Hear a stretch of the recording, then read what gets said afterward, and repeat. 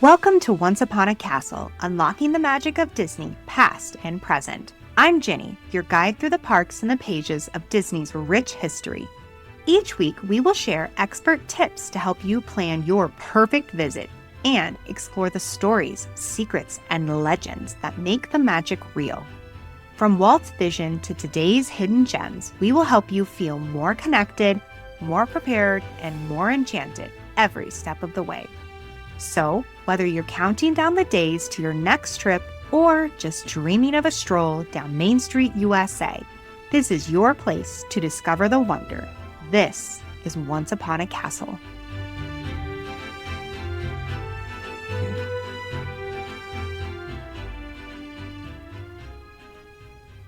Welcome back to Once Upon a Castle, the show where we take a stroll down the avenues, attractions, and stories that make Disneyland more than just a park. It's a living, breathing piece of American imagination. Now, this is part 2 of our 4-part series exploring one of Disneyland's most immersive and honestly most alive lands, New Orleans Square. Because New Orleans Square isn't just a collection of attractions. It's a neighborhood. It's a mood. It has rhythm, and a huge part of what makes it feel real isn't what you see, it's what you hear. In this episode, we're talking about the entertainment, the live music, the street atmosphere, the little moments that stop you in your tracks and make you feel like you've wandered straight into the French Quarter. From the early days when jazz bands played from balconies and the land opened with music in the streets to iconic performers who became part of the land's identity, to the modern acts now that keep New Orleans Square buzzing even when you're not riding a single ride. Today, we're stepping into the soundtrack of the land. Now, for today, we don't have any new reviews. However, I did recently check out how many downloads we have, and you guys, we are almost to 1,000 downloads. If you remember from our last episode, we were sitting at 800 and something, and as of just a few minutes ago, we had 951. That is blowing my mind. Thank you so much for tuning in. I just appreciate the fact that you guys are going on this journey with me. Y'all are the best. Thank you so much. And if you've been enjoying our episodes so far, I'd love your help spreading the magic. Please consider leaving a rating and, of course, a review.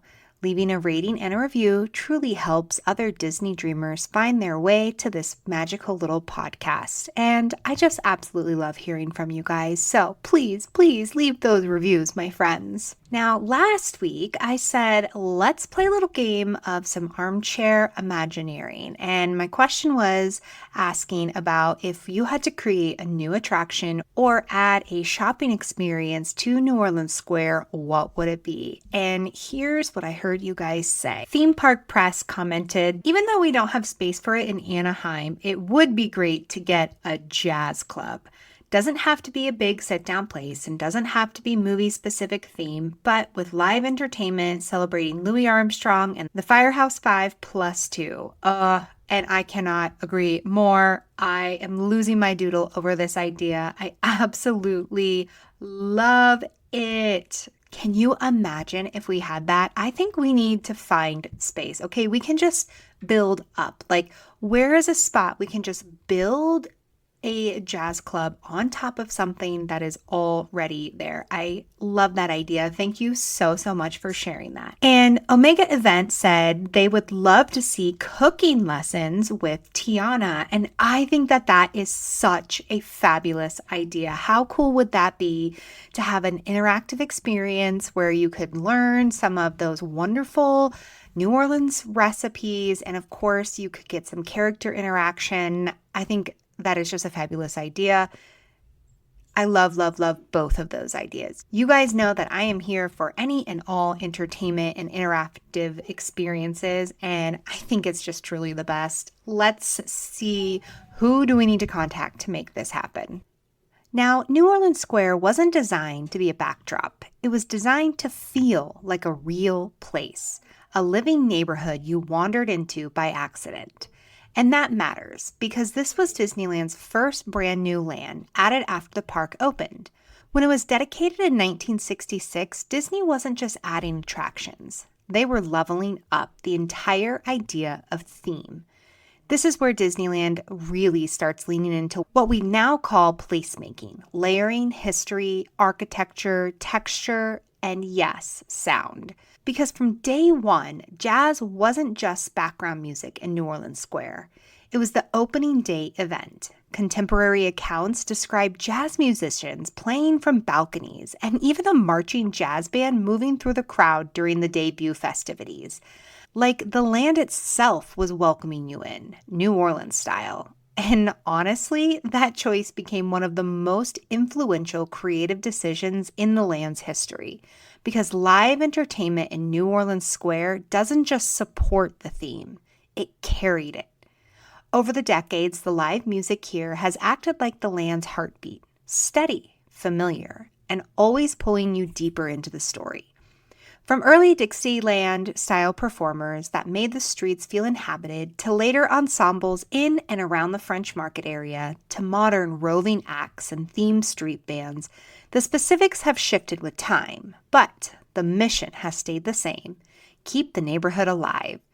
And that's a bigger deal than it sounds, because live entertainment changes how you move through the space. It slows you down. It makes you linger. It creates little pockets of community, strangers smiling at each other, kids dancing without being told, adults stopping mid-stroll because suddenly there's a clarinet riff floating over the brickwork. New Orleans Square becomes less like a walkway and more like a place you hang out. And that hangout energy has shaped how people remember the land. Ask a lot of Disney regulars what New Orleans Square feels like, and you'll hear words like romantic, alive, cozy, soulful, cinematic. That's not just the Haunted Mansion or pirates doing that. That's the street life doing that. And it's also why this land has stayed timeless even as the park evolves. Attractions can go down, wait times can spike, but live music keep the vibes intact. It's emotional continuity. Even if you're not writing anything, New Orleans Square is still working. And it wasn't random casting either. One of the most important early names tied to the sound of New Orleans Square is Jack McVea, a legit jazz figure. And sources say Walt personally hired him to help anchor the land's sound for years. That's not hire a band to fill space. That's we're building a world and the music has to be authentic enough to hold it up.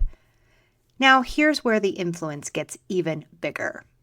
New Orleans Square proved something that Disney leaned on for decades afterwards. Live entertainment doesn't just entertain, it world builds. It makes the land feel populated. It gives it unpredictability.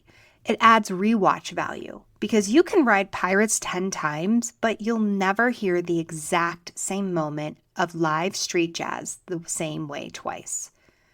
And that idea, the land is alive even between attractions philosophy, became a template Disney would keep using.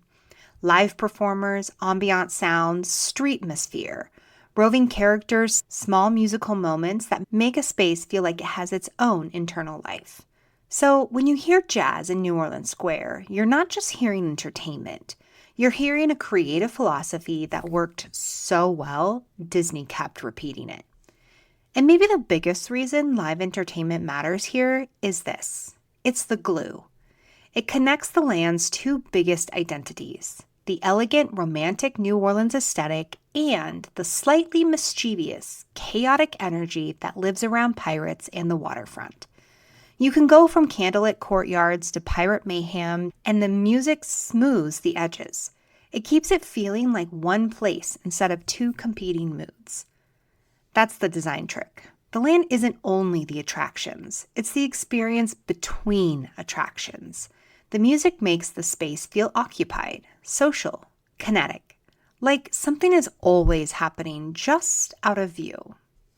So, When you hear jazz drifting through those narrow paths and tucked away courtyards, it does something quietly powerful. It makes you believe New Orleans Square existed before you got there, and it'll still be alive after you leave. Because it's not just a land, it's a neighborhood. And the music is how it breathes. So, grab a cold, refreshing mint julep, find a quiet courtyard, and let's head in to New Orleans Square. Since 1966, live jazz in the streets and courtyards has been a part of New Orleans Square since its inception. From 1966 to 1992, we saw the Royal Street Bachelors. The original band was led by Jack McVea. Now, we have a core founding era lineup here with Jack McVea, Herb Gordy playing the string bass, Harold Grant was a banjo and guitar player, and Ernest or Ernie McLean later stepping in on the guitar and banjo.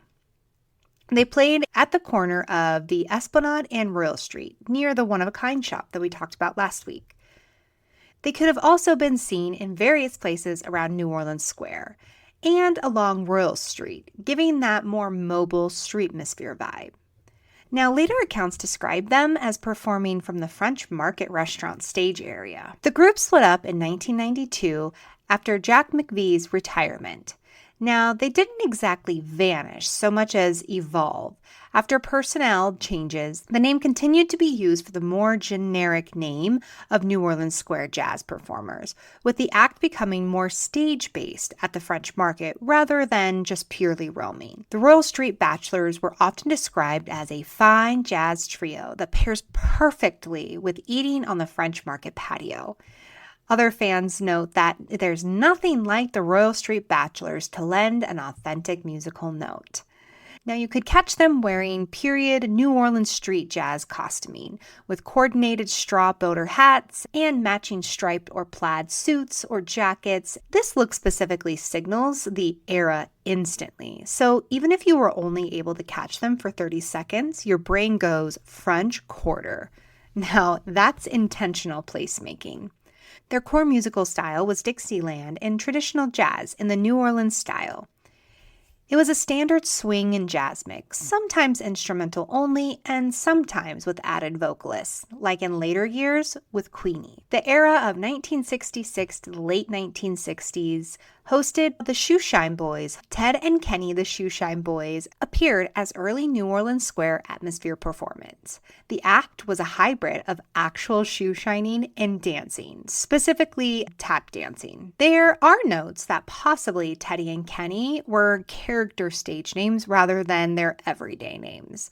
They performed out in the pedestrian space, not on a stage, in the land's walkways and courtyards, interacting directly with passing guests. By at least August of 1966, they're documented as having moved into New Orleans Square from their earlier town square spot.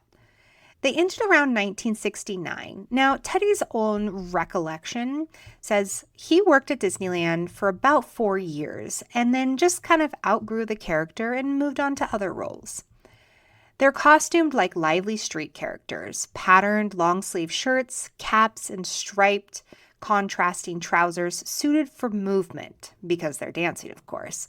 And sometimes their costumes were paired with an apron or similar pieces for their shoe shining bit. Now, this sounds so fun. I'm so terribly sad that I never got to experience this, but how cool would that have been? Not only was it music and dance, but it was more of that theatrical performance. I think we should bring something like this back to the land. It just sounds really cool. So interesting and fun. By the 1980s, there were a lot of jazz specialty acts in and around New Orleans Square. For example, we saw Teddy Buckner and his Jazz All-Stars.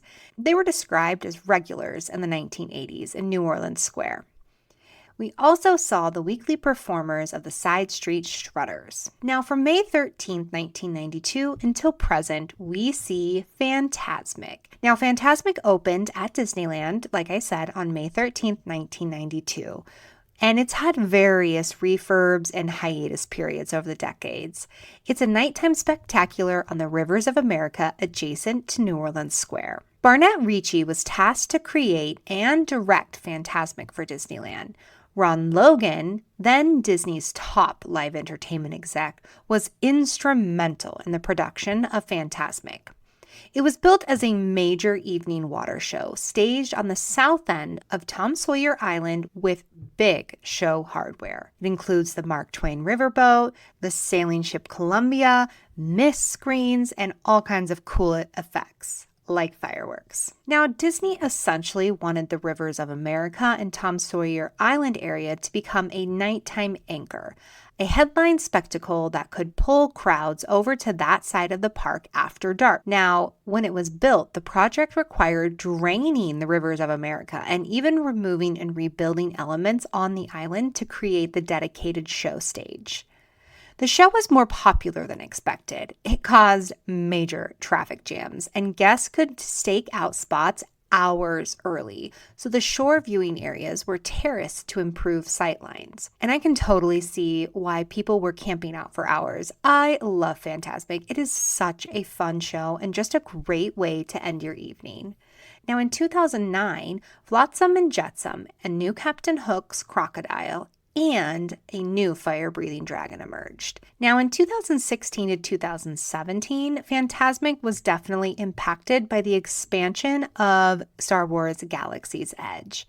Now, that made the show close down for a while, but Disney later brought back the show as part of the Rivers of America Classics returning wave. And in 2017, the refreshed show added and spotlit sequences like Aladdin and the pirate ship moment with those amazing stunt performers.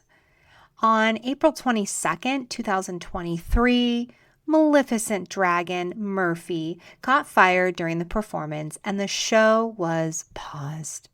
Disney brought the show back May 24th, 2024 with new effects, a new Sorcerer Mickey versus Maleficent battle, and the return of Peter Pan, but sadly, no Murphy the Dragon. Now, what makes Fantasmic so popular? Well, it's a perfect Disney cocktail.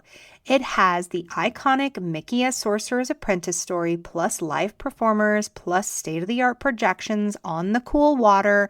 It's got pyro and big moving river pieces. It just truly has it all. It's as if a movie is playing out right in front of you. Now, it's stated that 9,000 guests at a time can view this performance. So really, it becomes this whole immersive land event from Frontierland all the way to New Orleans Square. It's explicitly described as Disneyland's longest running nighttime spectacular. Jambalaya Jazz entered the picture. Jambalaya Jazz is documented at the French Market in 2006. They perform a mix of Dixieland-style jazz plus American standards.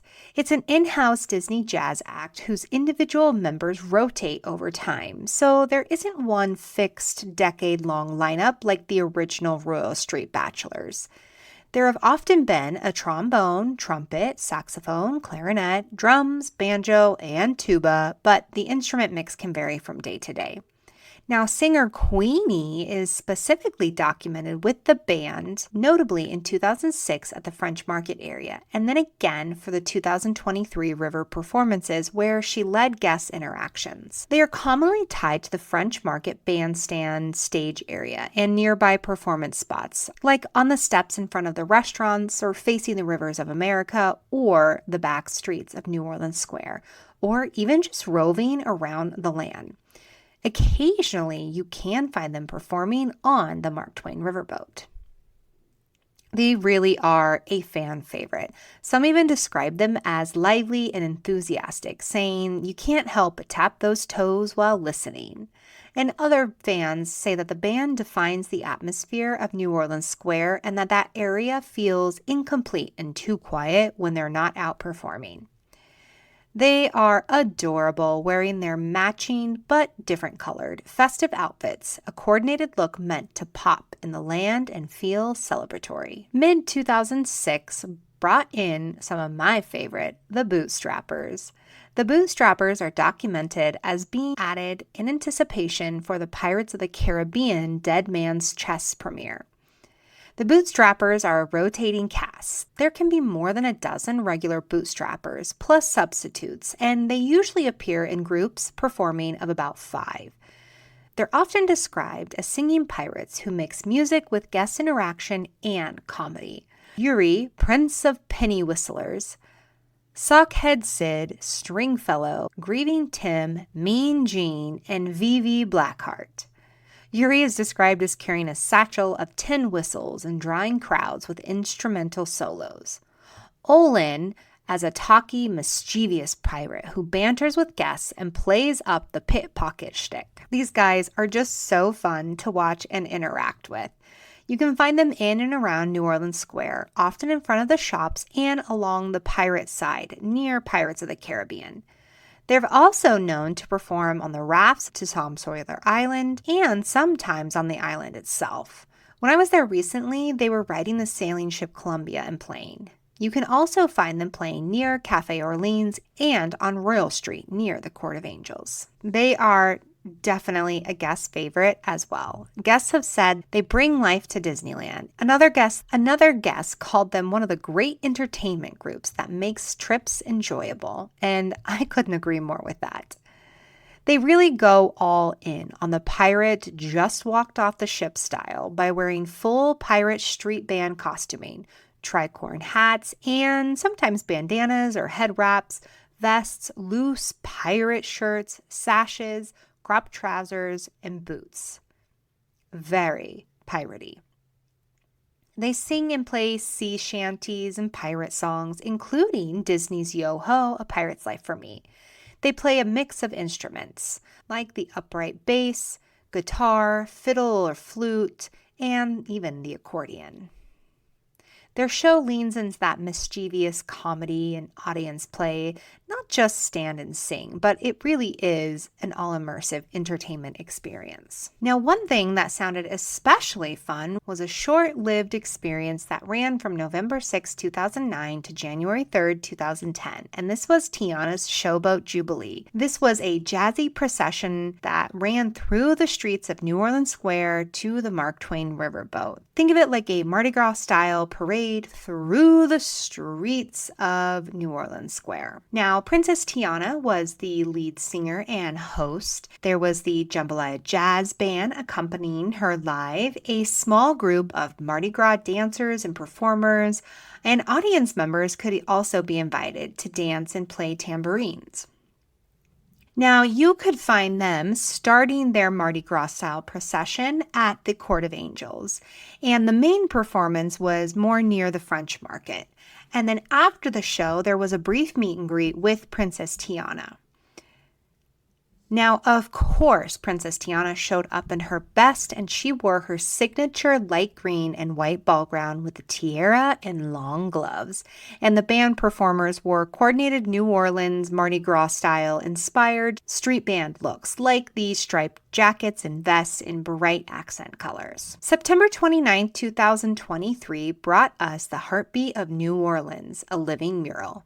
The Heartbeat of New Orleans, a living mural, was basically Disneyland's way of keeping the rivers of America and the New Orleans Square waterfront alive at night while Fantasmic was down. It debuted September 29, 2023 as a limited nighttime projection offering on the rivers of America, and it ran until Fantasmic returned in the spring of 2024. It was a short nighttime projection show on the water with light effects staged on the rivers of America. It was a unique arts installation, or rather a living mural, not a full-scale spectacular like Fantasmic, more like a bite-sized mood setter. It was set to dynamic jazz score. It tells a whimsical mini tale of a mischievous bayou frog who hears jazzy sounds in the distance and leaps into the heartbeat of New Orleans. Bright lights, music, culture, then back home.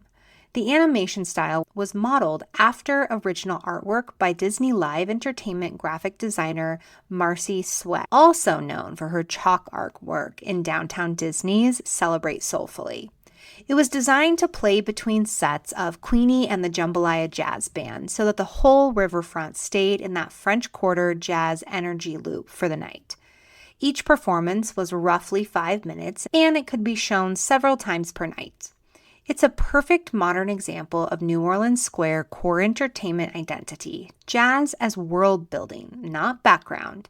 Even without a stage show, the land is supposed to feel like a living neighborhood, and this was a modern proof of concept for that. Now, of course, New Orleans Square is not just jam-packed full of lively jazz performers or mischievous pirates singing you a playful melody, but you can also find some amazing characters. Of course, you can always find Princess Tiana, and she shows up in her various outfits. Sometimes she's rocking her adventure-style outfit, and sometimes you can catch her being the belle of the ball in her beautiful ball gown.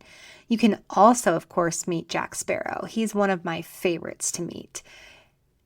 You can find him kind of all over the place in New Orleans Square. There isn't really one spot that he hangs out in. Definitely check near Pirates of the Caribbean and down by the rivers of America, but really, you can find Jack wherever you go. If you see him, make sure you stop and have a conversation with him. You really won't regret it. Speaking of pirates, you can also occasionally find Red the pirate out and about in New Orleans Square. And of course, we have Jack Skellington and Sally. Now, usually they make an appearance around the holiday season, and they usually have a photo op and like meet and greet spot there near the Court of Angels and around Royal Street. But occasionally you can find them at the Haunted Mansion or even above Pirates of the Caribbean, waving to their beloved fans. So many wonderful experiences and opportunities in New Orleans Square. I don't think it's any wonder why this is one of my favorite places in all of Disneyland. You know I'm a sucker for some good live entertainment, and New Orleans Square certainly delivers. Like I've said before, even if I'm not there to ride rides, I just simply love to bask in the ambiance of the land. The music sucks you in and makes you feel like you're at home. I have loved so much hearing about some of the past performers there in New Orleans Square, and some of them I wish you could just bring back, Disney. Okay, bring back my Royal Street Bachelors and definitely bring back the Shoeshine Boys. I would die if you did this.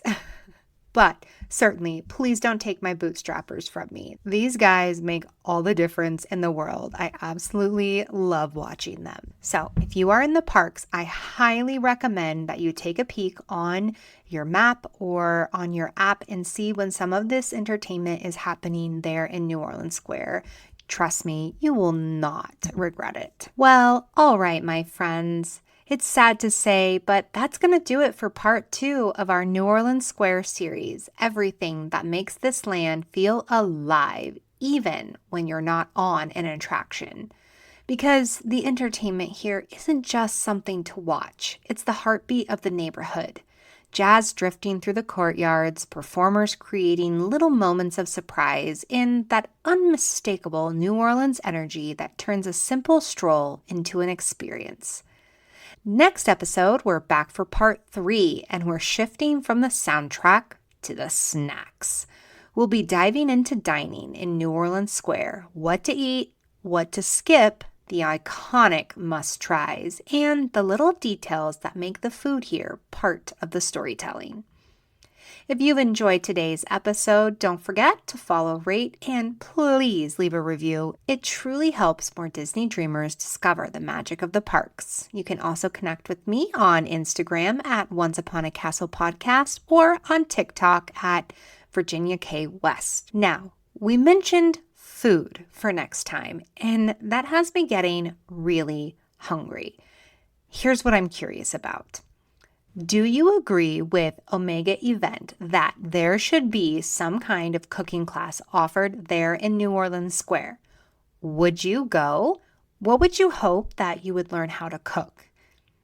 Share your thoughts in the reviews on TikTok, Instagram, or just email me. I'll put all of those in the show notes. Until next time, keep the magic alive, keep the memories close, and as always, I'm wishing you a great, big, beautiful tomorrow.